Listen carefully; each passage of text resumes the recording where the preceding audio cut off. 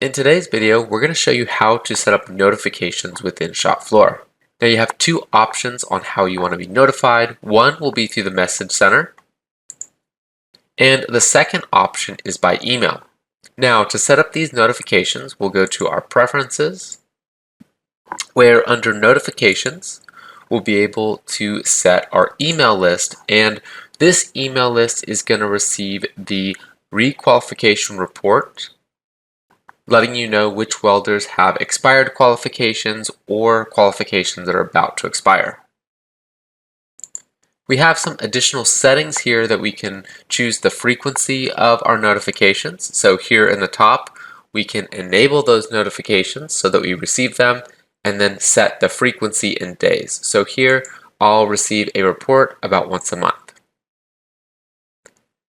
For your notification options, you can notify a welder's foreman if you do assign a welder to a foreman. And if you don't want the welder to receive a notification, you can turn on this option as well. By default, you will send an email to the welder as well, letting them know that they need to requalify. Additionally, we can choose who is going to be on the report that's generated. By selecting both of these options, I'll get the expired qualifications and the qualifications that are about to expire.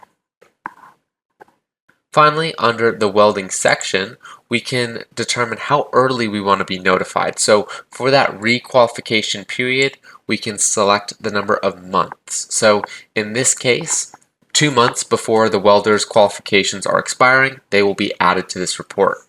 Now remember, for more information about some of these inputs, you can always click the question or the help question mark that will give you more information about that input. Thank you for watching. If you have any questions or you'd like to see a live demonstration, please email sales@codeware.com or give us a call at area code 941-927-2670. Thank you, and we hope you have a great day.